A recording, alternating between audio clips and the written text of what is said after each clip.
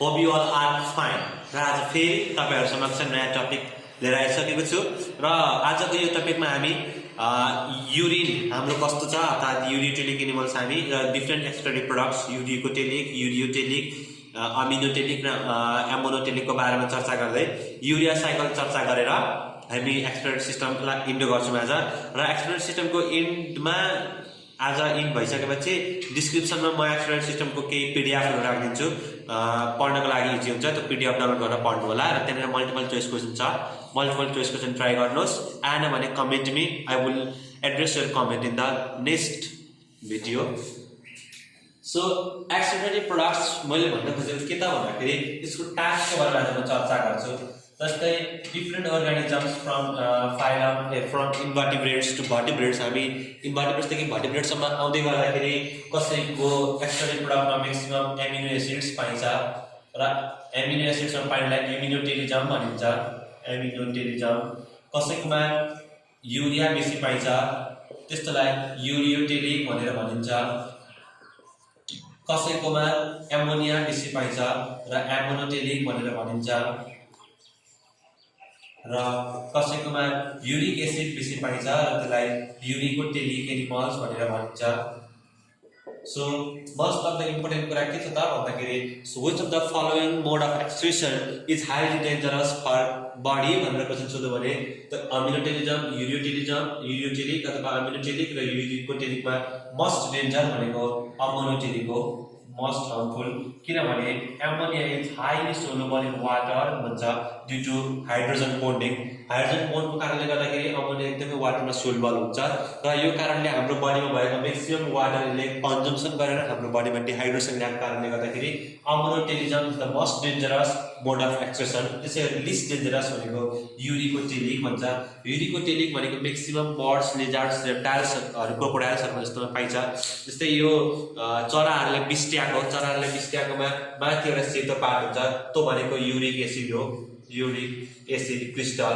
त्यो सोधेकै छ एकचोटि त्यो चराहरुको बिस्ट्याकोमा त्यो सेतो व्हाइट पार्ट भनेको के हो भनेर सोधेको थियो that is uric acid crystals यो क्रिस्टल हो र यसले वाटर कन्जम्सन गर्दैन यसले वाटर कन्जम्सन नगरेकाले मस्ट अथवा लिस्ट इफेक्ट देखाउने चाहिँ कसले गर्छ त भन्दाखेरि युरिकोटेलिक हामी यसको बारेमा केही पढ्नेछौँ यसको एक्जाम्पल्सहरु मोस्ट इम्पोर्टेन्ट हो र हाम्रो युरिनमा के कस्तो कुराहरु पाइन्छ युरिनको बारेमा चर्चा गर्नेछौँ र सोन क्लिनिकल नोट्स जस्तै अघि मैले अघिल्लो भिडियोमा के भनेको थिएँ भने किटोन बडिजहरु प्लाज्मा प्रोटिन्सहरु आउनु हुँदैन हाम्रो पिसाबमा इफ एनी कन्डिसन पैथोलोजिकल भयो भने तिनीहरु देखा पर्छ र तिनीहरुलाई के भन्छ भन्ने कुरा डिस्कस गर्ने र without any delay let's enter into aminotelism यो एमिनोटेलिजमको कुरा गर्दाखेरि यदि हाम्रो एक्सक्रेटरी प्रोडक्ट्स युरिन अथवा स्टुलमा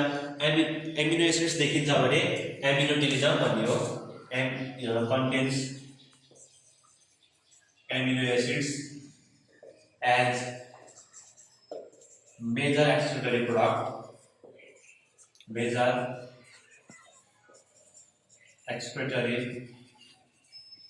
product it is found mainly in lower invertebrates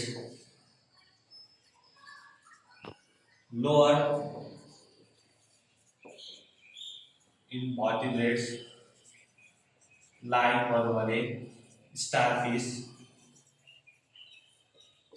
में पाइन्छ Unio Mollusca phylum it is selected phylum starfish अर्कोलाई लिम्नी पनि भन्छ LIMNA लिम्नी these are the common examples of aminotelism it contains amino acids and major excretory product lower class invertebrates हरुमा जस्तै starfish Elasterius पनि भनिन्छ ASTERIS it is its scientific name union लिम्नी अथवा यसलाई निमोनिक्समा @sunli पनि भनेर पढ्न सक्नुहुन्छ SUNLI sunli as for starfish UN for union and LI for limni these are the examples of aminotelism contains amino acids are as major excretory products lower invertebrates र यो lower class invertebrates हरुमा मात्र पाइन्छ then after it comes for ammonotelism भन्छ एमोनोटेलिजम भनेको contains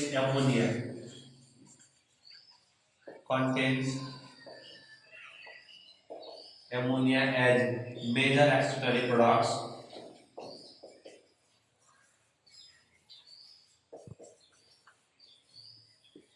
Highly harmful mode of excretion, highly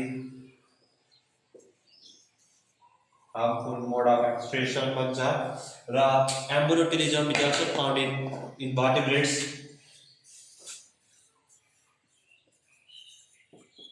found in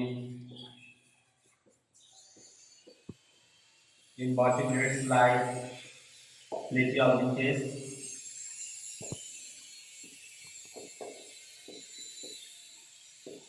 as found in this.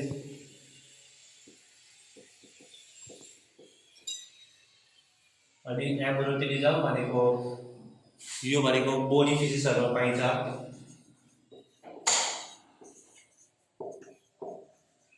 र ट्याडपोल of frog,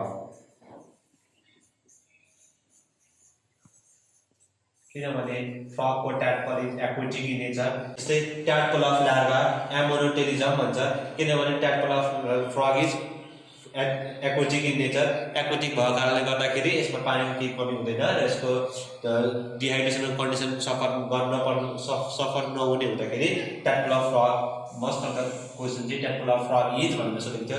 It is ammonotelic in nature. Please copy this. Examples are the most important. So invertebrates like platyhelminths, excretion, bony fishes, and tadpole of frog are ammonotelism, highly harmful mode of excretion. It contains ammonia as the major excretory product. Ammonotelism contains amino acids as a major excretory product हुन्छ. Lower invertebrates like starfish, unio, limni, र यसको mnemonic रहेको छ सुन्ली. So यसरी हामीले एमिनोटेलिजम र एम्ब्रोटेलिजमको बारेमा पढौँ, म यहाँ भेटाउँदै छु र अब अहिले युरियोटेलिकको बारेमा भन्छु. युरिकोटेलिक भन्छ. युरिकोटेलिक भन्नु भने contains excretory product, contains uric acid as major excretory product. Major excretory product हुन्छ. Least effect on health हुन्छ. Healthमा least effect, present in semi-solid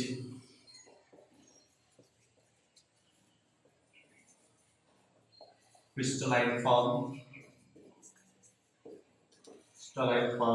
एउटा थाहा पाउनुपर्ने कुरा के छ त भन्दाखेरि युरिकोटेलिक एनिमल्सहरुमा चाहिँ आफ्नो मोड अफ एक्सक्रेसन सेमी सोलिड क्रिस्टल्सको फर्ममा हुन्छ, अरु सबै लिक्विडहरुको फर्ममा हुन्छ भने युरिकोटेलिकमा सेमी सोलिड क्रिस्टल फर्ममा. तपाईहरुले चराले बिस्ट्याको देख्नु भएको छ होला. चराले बिस्ट्याको त्यो white part is uric acid, white part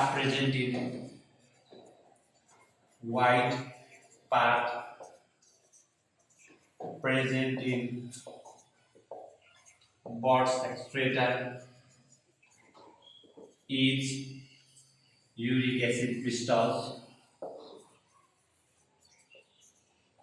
Uric acid निकाल्ने organismsहरुमा भनेको युरियालाई युरिक एसिडमा चेन्ज गरेको हुन्छ. त्यो सिस्टम उनीहरुमा पाइन्छ र यो कहाँ पाइन्छ त भने एकदम इम्पोर्टेन्ट छ. बर्ड्सहरुमा पाइन्छ. बर्ड्सहरु भयो, crocodiles, lizards, cockroach. So these are the examples of uricotelic animals: birds, crocodile, lizards, cockroach. Uricotelic भनेको त्यस्तो organisms हुन्छ जसमा वाटरको लेभल एकदमै डिफिसिट हुन्छ.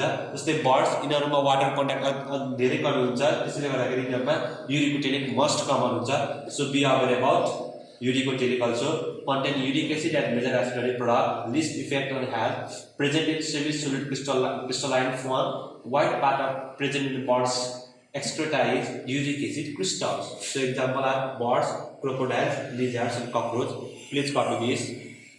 So अब हामी युरियोटेलिक को बारेमा पढ्छौं. युरियोटेलिक मोस्ट इम्पोर्टेन्ट छ किनभने युरियोटेलिक भनेको हामी हो हाम्रो बनेको पिसाबमा युरिनमा मेजर 3.9% जतिको युरिया हुन्छ। यहाँ हेर्दै जानुहोस्, युरियोटेलिक भनेको contains urea as a major excretory product.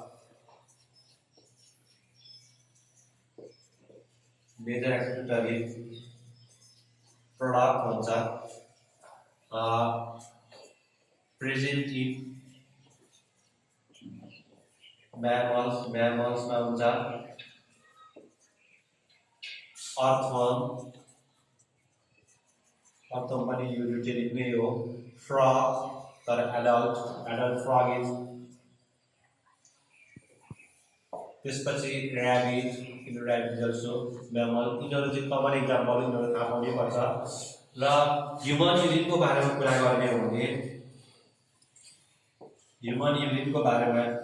गर्ने हो भने 96% वाटर यसको कन्स्टिट्युएन्ट्सहरू भनेको 3.9% जति युरिया हुन्छ भने 0.1% जतिमा भनेको 0.1% भनेको क्रिएटिनाइन, अघि हामीले सेपरेट गरेका चिजहरू हिपोरिक एसिड, क्रिएटिनाइन, हिपोरिक एसिड भयो, ammonia, hydrogen ion, bicarbonate ion जस्ता युजलेस मेटेरियल्सहरू 0.1% जति हुन्छ। त्यसैले गर्दाखेरि ह्युमन युरिन इज युरियोटेलिक, किनभने 3.9% के छ त भन्दाखेरि युरिया छ।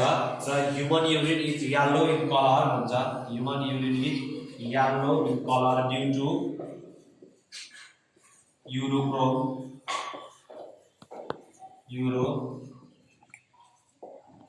भन्छ। यूरोक्रोम अनि it orders, the bad order of the fourth order of urine is due to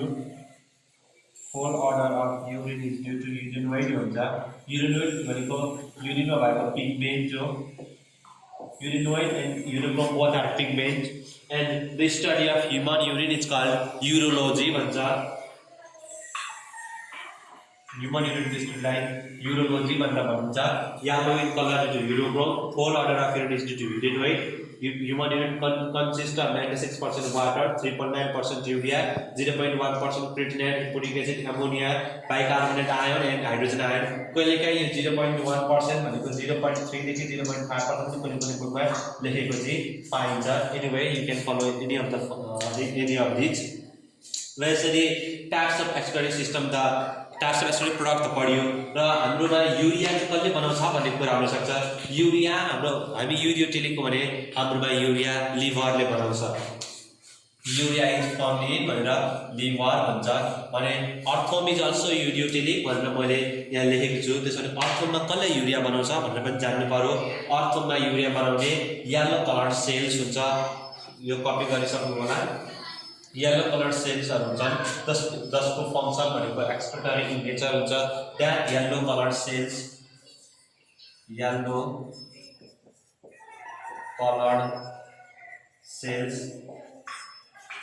present in plasma of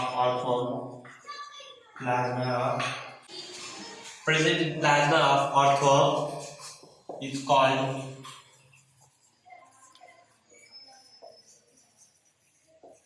क्लोरागोजेन cells भनेर भन्छ। र यो क्लोरागोजेन सेल्सको फङ्सन भनेको एक्सक्रेटरी इन नेचर हुन्छ। It helps in excretion in earthworm भन्छ। So लिभरले urea बनाउँदो रहेछ ह्युमनमा, र अर्थवर्ममा chloragogen cells. So chloragogen cells of earthworm is analogous to भन्यो भने ह्युमन लिभर पनि भनेर जान्नुपर्छ आजदेखि। र यसरी टाइप्स अफ एक्सक्रेटरी प्रोडक्टमा हामीले 4 मोड्स अफ एक्सक्रेटरी प्रोडक्ट्स पढ्यौँ। यो 4 मोड्स अफ एक्सक्रेसन पहिलो एमिनोटेलिजम, एमोनोटेलिक, युरियोटेलिक र युरिकोटेलिक। तिनीहरूको एक्जाम्पल्सहरू मैले लेखेको मोस्ट अफ द इम्पोर्टेन्ट एक्जाम्पलहरू सोधेको एक्जाम्पल्सहरू म्याथसम्म। र लिभरमा युरिया बन्छ पनि भन्ने, र क्लोरागोजेन सेल्स अफ अर्थवर्म भनेको यसले पनि एक्सक्रेसनमा हेल्प गर्दो रहेछ। And chloragogen cells analogous to human liver पनि भनेर मैले भने है। त्यसो भने लास्ट एउटा युरिया साइकल पढौँ। डिएमिनेसन र detoxification is a function of भनेर लिभर भनेर पढिरहेको छौँ। डिएमिनेसन किन भनेको त भन्दाखेरि एमिनो एसिड्सलाई एमोनियामा चेन्ज गर्छ डिएमिनेसन, र डिटोक्सिफिकेसन भनेको ammonia is the most harmful भनेर अघि मैले भनिसकेँ, र त्यही एमोनियालाई युरियामा चेन्ज गरेको कारणले गर्दाखेरि डिटोक्सिफाई गर्यो, त्यसले त्यसलाई deamination and detoxification is the function of liver भनेको अर्थात् amino acids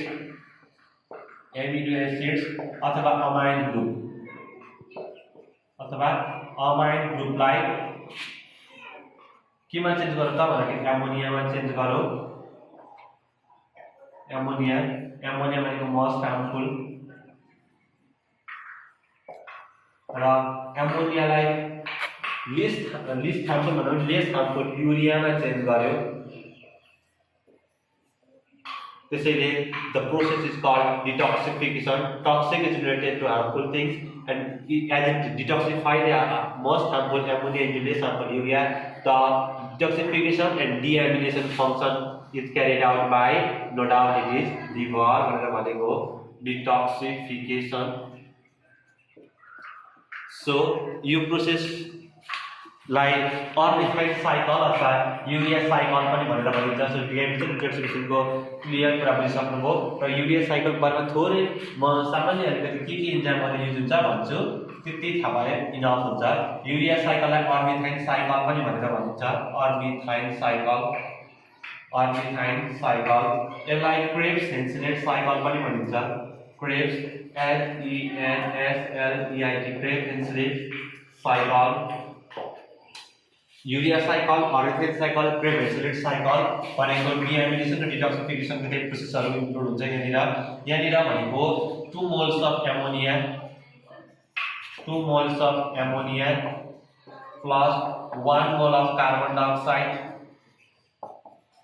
1 mole of carbon dioxide मिलेर 1 mole of urea बनिन्छ।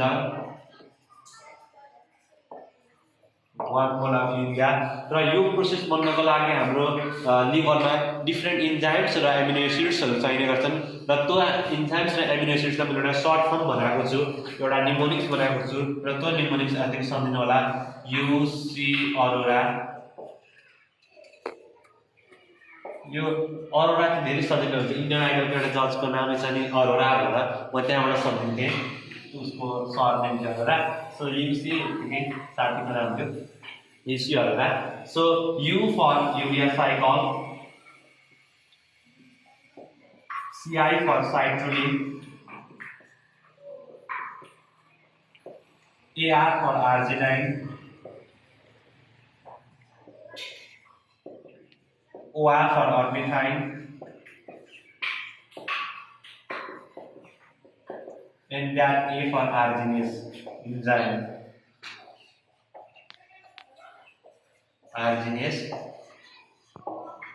enzyme. So citrulline, arginine, and ornithine, these are the amino acids, and arginase, this is the enzyme used in the urea cycle. Urea cycle में 2 moles of ammonia plus 1 mole of carbon dioxide मिलेर 1 mole of urea बनाउने चाहिने 3टा amino acids citrulline, arginine र ornithine, र के को प्रेजेन्समा भने arginase enzyme को प्रेजेन्समा युरिया बनिन्छ। कहाँ बनिन्छ भन्दा लिभरमा बनिन्छ, र maximum urea content in the blood कहाँ हुन्छ त भन्नु भने हेपाटिक भेनमा, किनभने लिभरमा बनेको छ भने hepatic is related to liver. So maximum urea कहाँ बन्छ हाम्रो शरीरको भन्नु भने हेपाटिक भेनमा, नो डाउट। तर विथ एक्सट्रेसन गर्ने प्रोसेसमा चाहिँ कहाँनिर बेसी हुन्छ भन्दा रेनल भेनमा। र यसरी हामीले युरिया साइकल पनि सक्यौँ, मोड अफ एक्सट्रेसन पनि सक्यौँ, र यसरी नै हामीले एक्सक्रेटरी सिस्टम पनि सक्यौँ। र यो मेरो भिडियोको लास्टमा डिस्क्रिप्सनमा मैले यसको लागि PDF हालिदिएको छु, PDFबाट मल्टिपल चोइस क्वेसन्सहरू ट्राई गर्नुहोस्। नसकेमा केही कन्फ्युज भएमा कमेन्ट बक्समा लेखिदिनुहोस्, म नेक्स्ट भिडियोमा अपलोड गरिदिन्छु तपाईँहरूको क्वेरिजहरू।